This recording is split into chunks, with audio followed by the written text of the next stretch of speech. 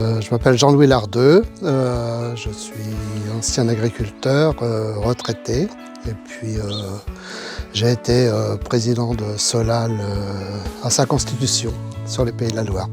Alors nous on a toujours été sensibilisés à l'aspect social, on a fait beaucoup d'accueil sur notre exploitation, des gens en difficulté et autres, c'était un peu une de nos préoccupations. Et connaissant un peu l'action de Solal, ça me paraissait important d'aider justement à aider les associations de dons alimentaires. Et puis quand on est tout seul pour organiser ça, c'est compliqué. Avec l'apport d'une association, ça rend les choses beaucoup plus faciles. J'ai vu cet appel, on a tout de suite réagi. Avec mon épouse, chaque année, nous faisons des dons à des associations humanitaires. On a décidé en gros d'arrêter un don qui correspondait plus trop à nos valeurs et puis on l'a reporté sur l'association Solal. La plus-value de Solal pour moi, c'est que Solal a une bonne connaissance du monde agricole, de par ses responsables administratifs, mais aussi ses responsables professionnels.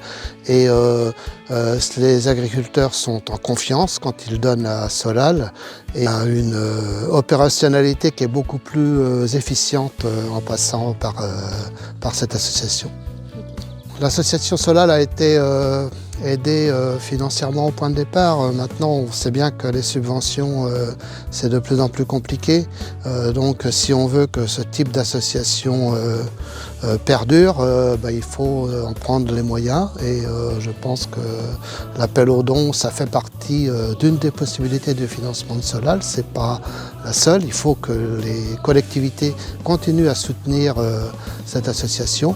Mais ça peut permettre aussi de donner confiance donc à des apporteurs de subventions ou des appels à projets si ces personnes-là voient que les agriculteurs eux-mêmes ou leurs partenaires s'engagent personnellement dans des dons à l'association. Il ne faut pas hésiter à faire un don à Solal parce que moi je sais que j'ai vu pas mal d'agriculteurs qui avaient des choses invendues, qui ne connaissaient pas Solal et quand ils ont fait le don une première fois, après c'était beaucoup plus facile. L'intérêt de Solal, c'est que ça dépasse un peu aussi les clivages. On a à la fois des dons en agriculture biologique, en agriculture conventionnelle et ça me paraît extrêmement important.